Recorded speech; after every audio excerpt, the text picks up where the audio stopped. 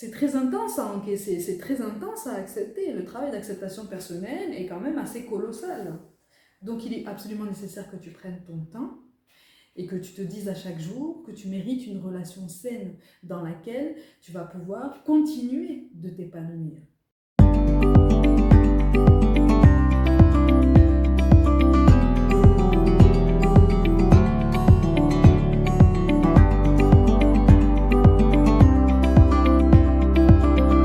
Coucou mes gazelles, bienvenue pour cette nouvelle vidéo, j'espère que vous allez bien, que vous vous portez bien. Aujourd'hui, je voulais vous parler de dépendance affective et vous donner quelques pistes de réflexion pour reconnaître et vous aider justement à sortir d'une dépendance affective, dans la plupart des cas sentimentale de toute façon, mais ça peut aussi s'appliquer à une dépendance affective par rapport à quelqu'un dans le cercle familial notamment.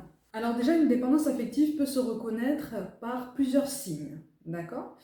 Elle peut se reconnaître au travers d'une relation que tu es en train de vivre actuellement au niveau sentimental et qui fait écho à une ancienne relation sentimentale qui a été extrêmement douloureuse et que tu as très très mal vécue, ou en tout cas pour laquelle tu as très mal vécu la rupture. Ça peut aussi faire écho à une relation conflictuelle, problématique, alimenté par une forme de manque de présence, un manque aussi d'affection d'une figure parentale. Okay, donc que ce soit une figure paternelle, une figure maternelle, peu importe, si tu as manqué de cette affection, si tu as manqué de cette présence, ça peut constituer un facteur, un élément déclencheur, pas forcément obligatoire, mais ça peut constituer un élément déclencheur qui peut t'orienter dans des relations sentimentales axées sur une forme de dépendance affective. Parce que de ce fait, que ce soit par rapport à une forme parentale, par rapport à une relation passée, tu risques de chercher compensation, toujours de façon inconsciente, d'accord, toujours de façon très involontaire, mais tu risques, par ton comportement, par tes attentes, par tes projections, de créer cette dépendance en toi par rapport à ce profil qui est parfaitement conscient que tu alimentes cette dépendance, qui ne va pas forcément t'aider à surmonter cette dépendance. En général, c'est quelqu'un qui justement te maintient dans cette forme de dépendance parce que ça lui donne l'impression d'avoir une importance pour toi qui est juste capitale, qui est juste très importante pour lui ou pour elle. Okay ?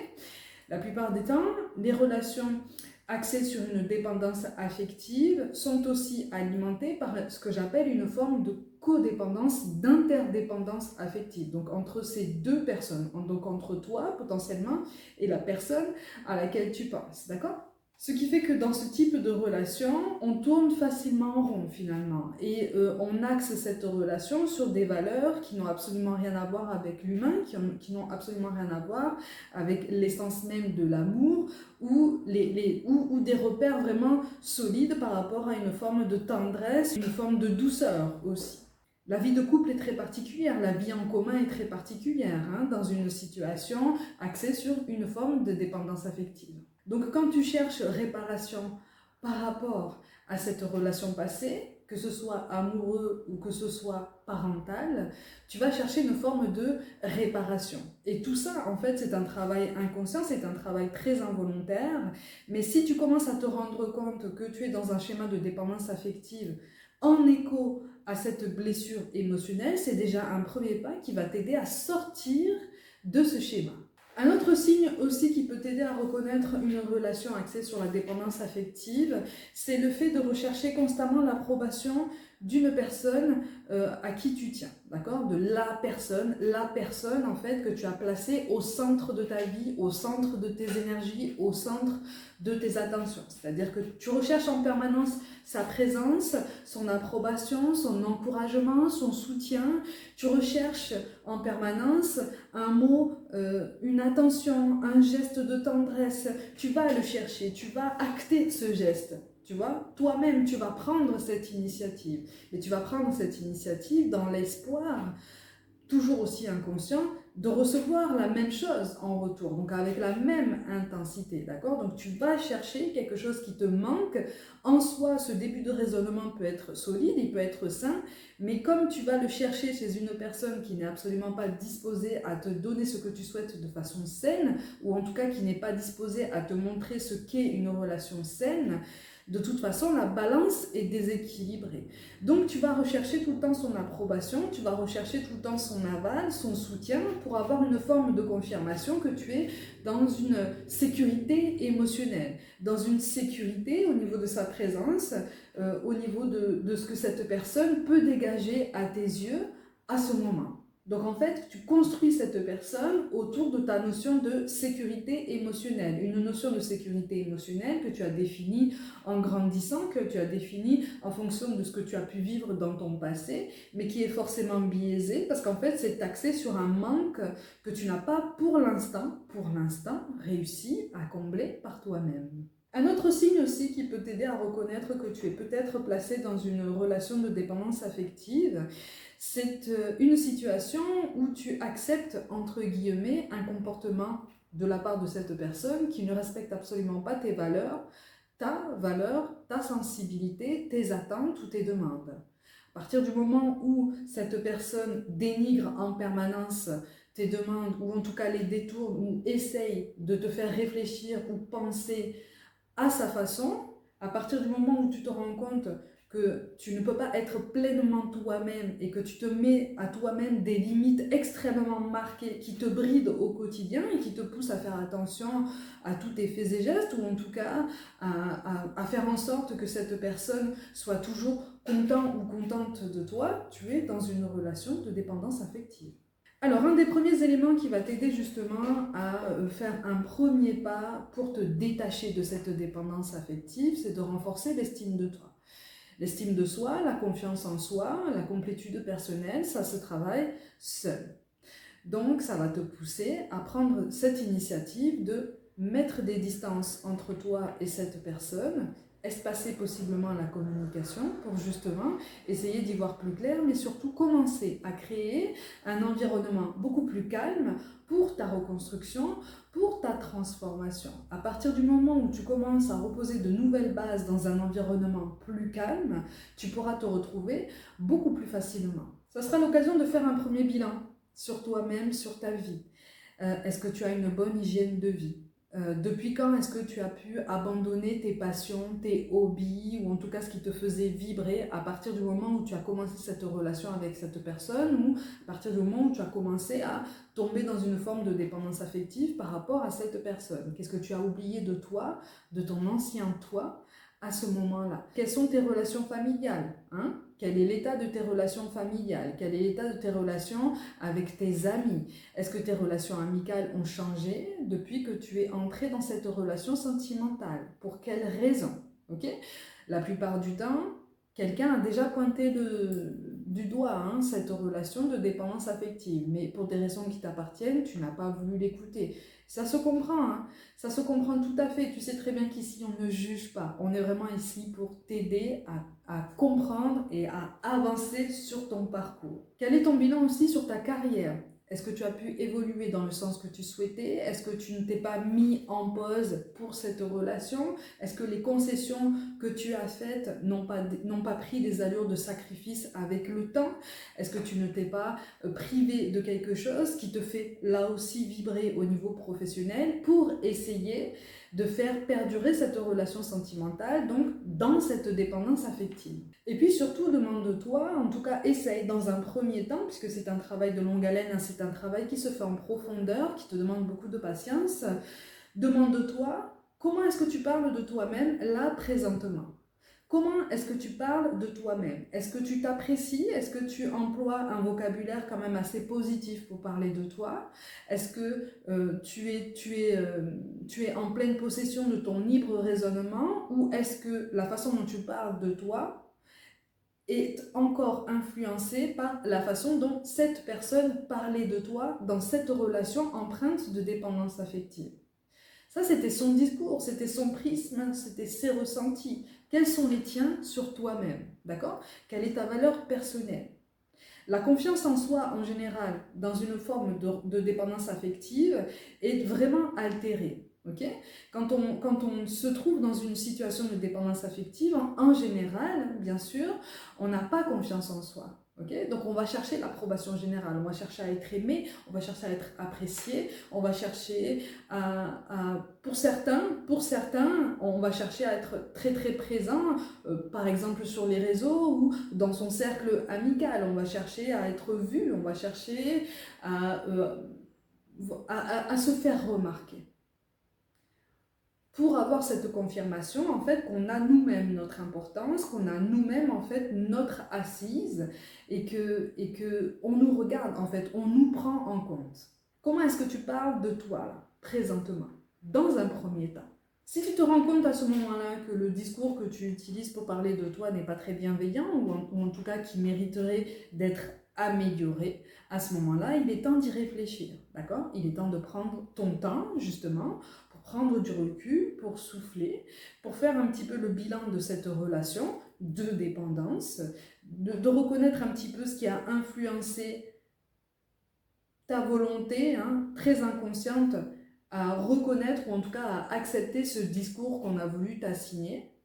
Et puis surtout, ça va t'aider à prendre en compte que tu n'es absolument pas l'étiquette que cette personne a voulu t'attribuer. Tu es bien plus que ça, ok? Et heureusement d'ailleurs. Donc ça va t'aider à te reconnecter tout doucement, vraiment, en prenant tout ton temps, à un lexique, à un vocabulaire beaucoup plus bienveillant, beaucoup plus doux envers toi-même, beaucoup plus compréhensif aussi, beaucoup plus souple.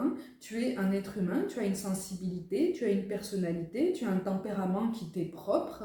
Maintenant que tu t'es créé cette bulle, ou en tout cas que tu as pris l'initiative de te créer cette bulle personnelle pour pouvoir t'entourer de douceur, il est temps d'essayer de te reconnecter à cette nature qui est la tienne, à ton tempérament, à ta personnalité, à ton identité. Ça te demande aussi, par après, de te reconnecter à ton histoire, donc à tout ton passé, mais pas sous un angle pessimiste, pas sous un angle défaitiste, justement en te disant, ok, mon histoire, elle est comme elle est, j'ai vécu ce que j'ai vécu, effectivement, je suis tombée dans une relation, une ou plusieurs relations de dépendance affective, mais maintenant je reconnais ce schéma qui se répète. Je reconnais les éléments déclencheurs qui se sont mis en place en moi-même pour m'entraîner dans une relation de dépendance affective.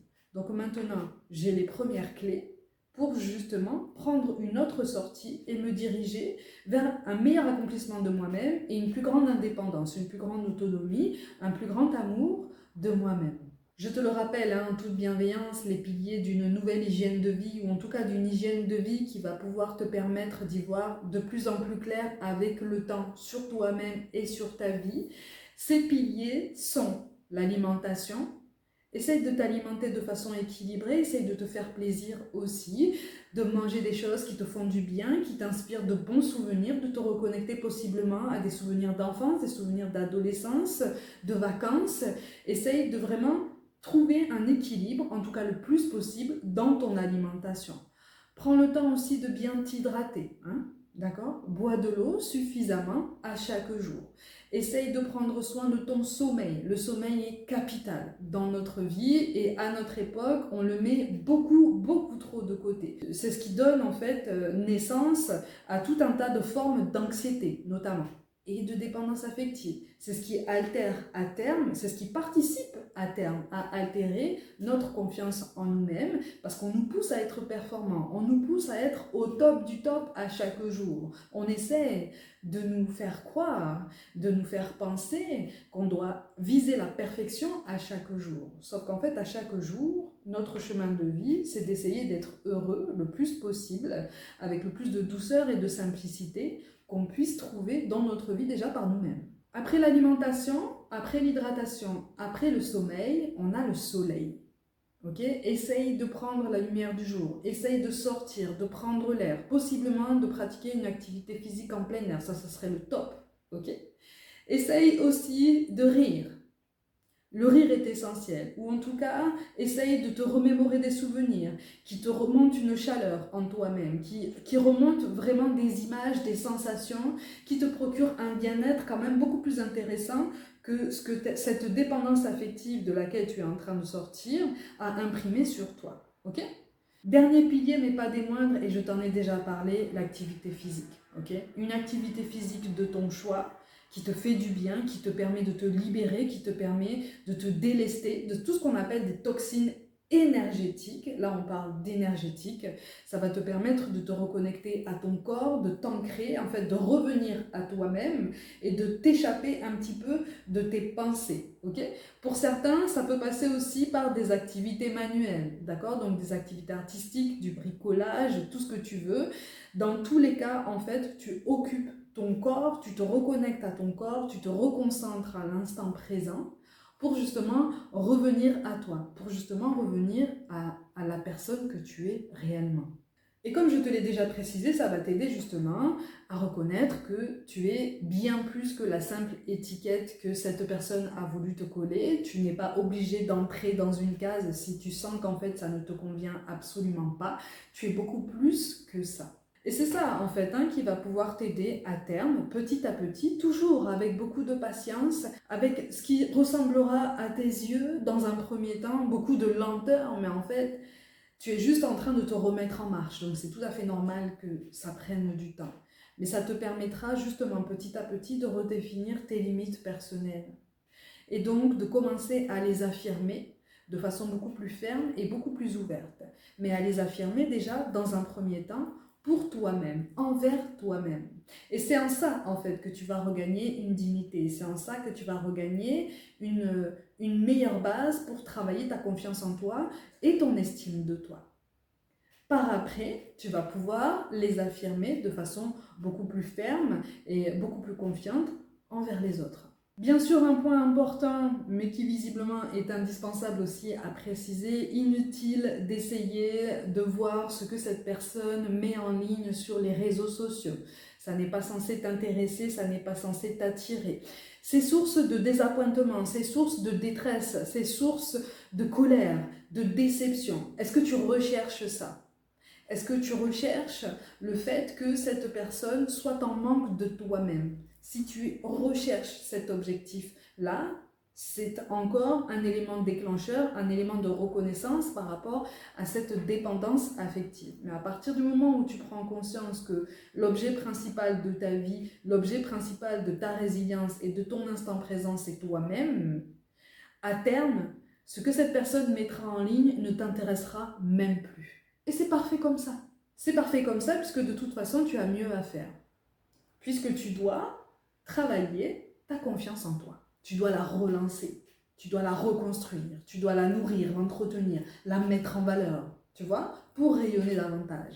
Donc en fait, c'est tout un travail d'indépendance personnelle. C'est tout un travail de complétude personnelle. Donc là, tu vas être amené, en fait, à poser un autre œil sur ta relation à toi-même. Tu vas aussi être amené à poser un autre œil sur tes relations amicales. Si tu estimes que du tri est à faire, fais-le. Si tu estimes que tu as peut-être des excuses ou en tout cas une conversation à relancer pour aplanir une situation, pour essayer d'apaiser des tensions avec des personnes qui te sont importantes dans ton cercle amical, prends l'initiative. Il est temps aussi de faire un bilan sur ta carrière, sur tes relations professionnelles, sur tes objectifs. Quel est ton développement professionnel actuel ? Est-ce qu'il correspond aux objectifs que tu t'es fixés ? Est-ce que tu as même déjà des objectifs professionnels, là, présentement ? Si tu n'en as pas, ou si tu te rends compte que ces objectifs ne correspondent absolument pas à la personne que tu es, il est temps de changer. Il est temps de changer. Et n'aie pas peur de rêver grand, n'aie pas peur d'avoir de l'ambition. N'aie pas peur de rêver grand à partir du moment où tu gardes à l'esprit qu'il y a forcément des étapes intermédiaires qui vont te sembler peut-être un petit peu compliquées dans un premier temps, qui vont te faire rencontrer des embûches, des obstacles, mais tu as tout le potentiel pour trouver des solutions. Tu as tout le potentiel pour surmonter tout ça. Si tu te sens appelé vers cet objectif, vas-y. Ça peut être aussi l'occasion de réfléchir sur ta spiritualité. Je t'ai donné les 6 piliers d'une spiritualité saine, hein, l'alimentation et tout le reste, mais tu peux travailler aussi ta confiance en toi au travers d'une spiritualité. Ça va passer par une autre vision du bien-être personnel. Ça va passer par la nécessité et l'initiative de prendre du temps pour prendre soin de toi, pour prendre soin de ton corps. Ton corps est ton principal allié, et je dirais même ton corps est ton unique allié jusqu'à la fin de ton incarnation. Tu lui dois d'en prendre soin. Tu te dois à toi-même de prendre soin de ton corps. Et puis quand tu arrives à ce stade, tu vas avoir envie, ou en tout cas avec le temps, tu vas avoir envie de te fixer des objectifs personnels. Donc des défis que tu vas pouvoir mener seul. Puisque le but est de travailler ta complétude, ta confiance en toi et ton estime de toi. Tu es capable d'atteindre tous les objectifs que tu te fixes.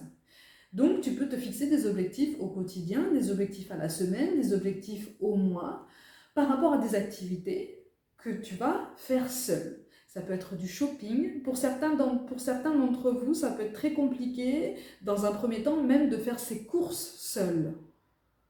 Pourquoi ne pas te lancer à faire tes courses seul? Pourquoi ne pas te lancer dans une sortie au cinéma seul?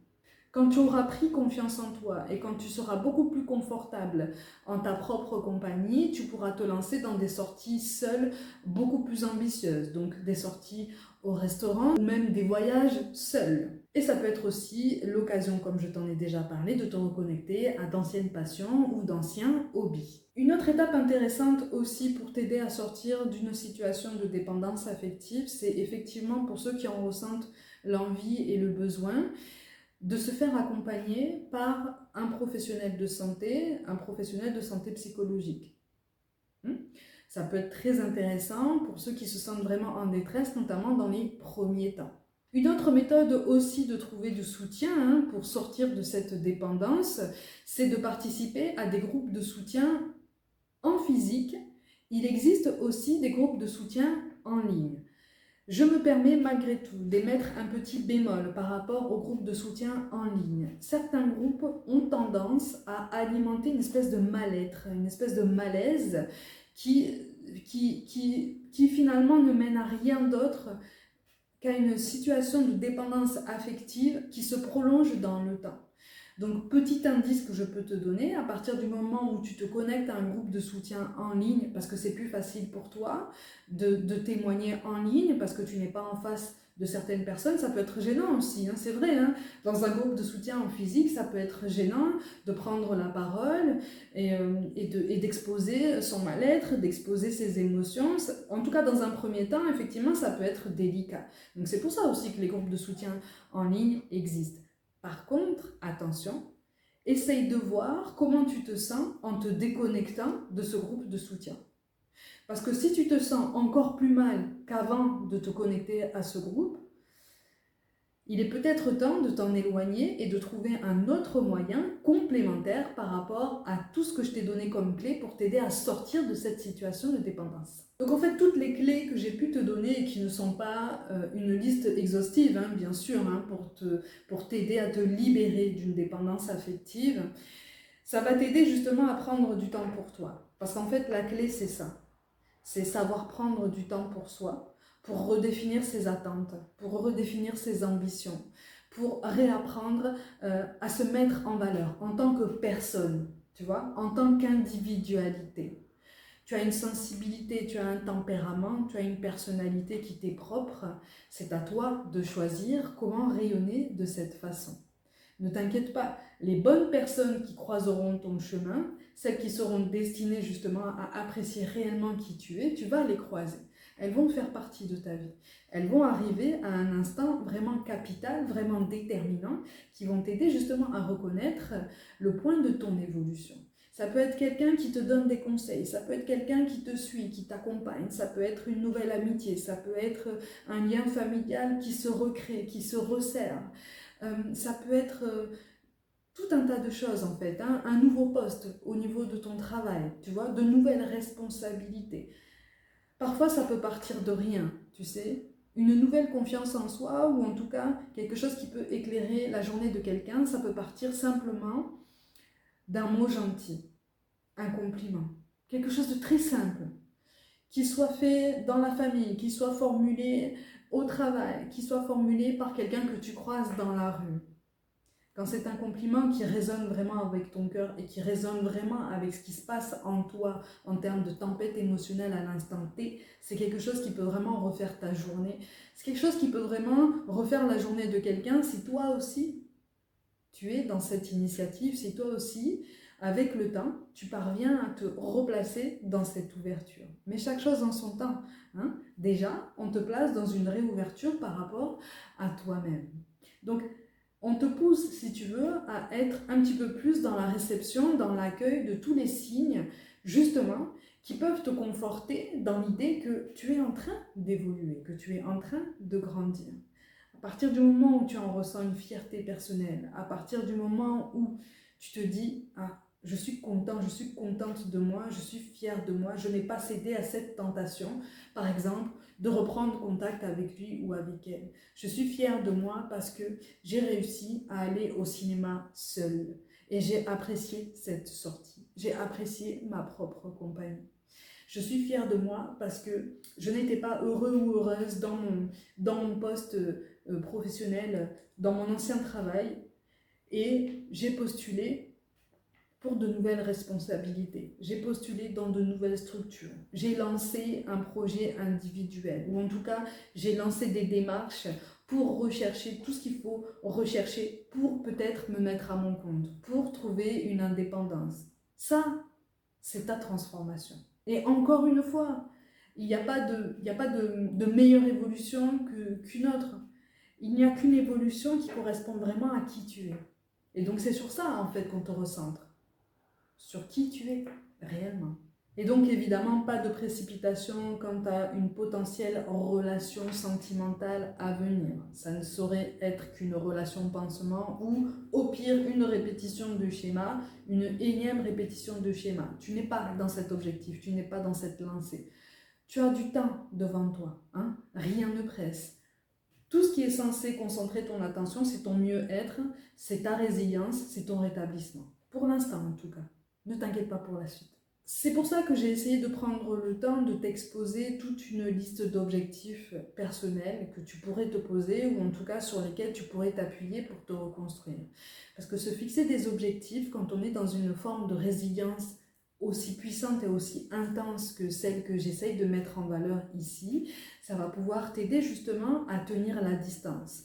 Ça va pouvoir t'aider justement à faire preuve d'un petit peu plus de souplesse et de patience envers toi-même. Tu peux traverser des moments où tu as l'impression de régresser, où tu as l'impression de stagner, où tu as l'impression en fait de ne pas avoir réussi à surmonter une peur, une angoisse, un manque, un souvenir. Mais entre tes initiatives concrètes et ce qui se passe au niveau énergétique, émotionnel dans ton corps, ta mémoire sensitive, ta mémoire corporelle, ta mémoire énergétique fonctionne à des rythmes différents. Donc toute cette épuration karmique est très intense. Donc en fait, tu es le jardinier de ton jardin secret.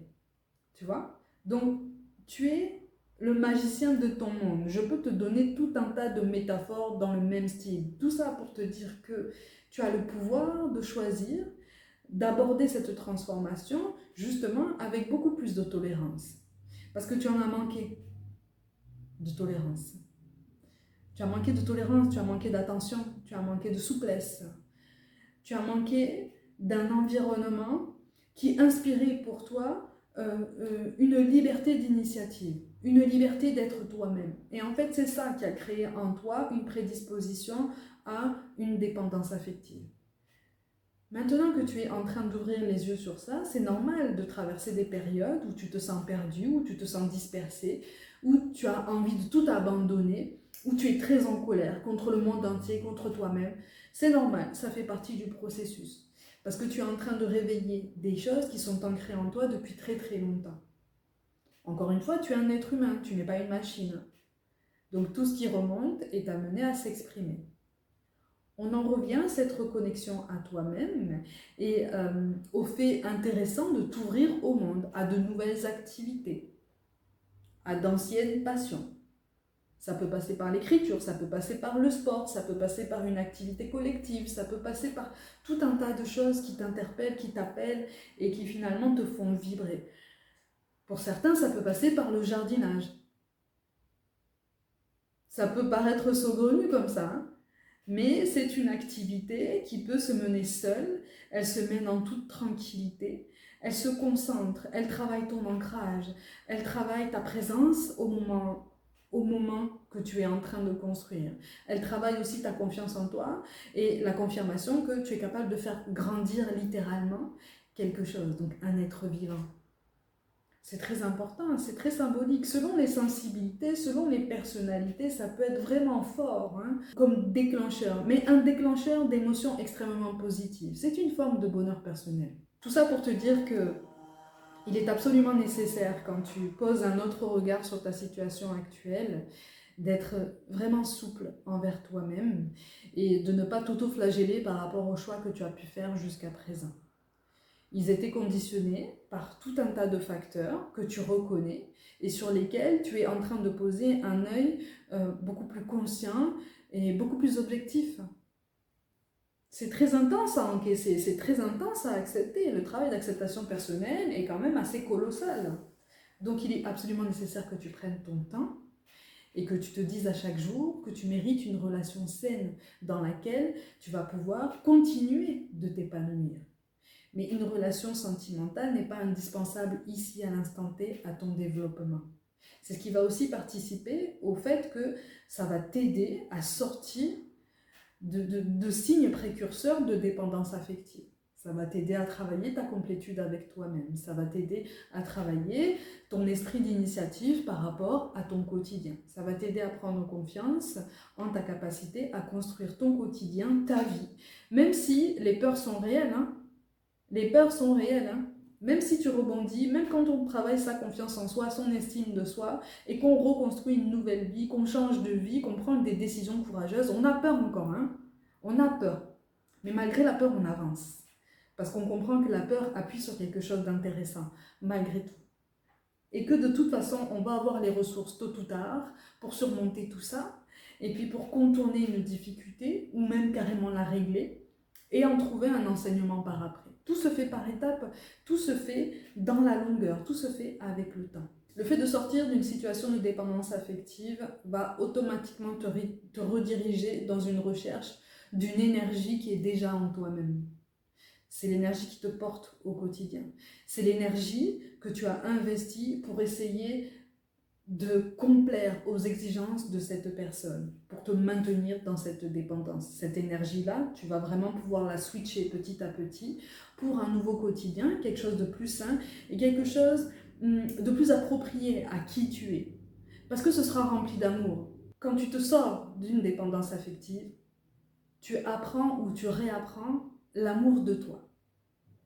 Et ça, je peux te dire que c'est un des plus beaux cadeaux que tu puisses te faire dans ta vie. Parce que ça va t'aider justement à réapprendre ta valeur. Ça va t'aider à réapprécier ta valeur.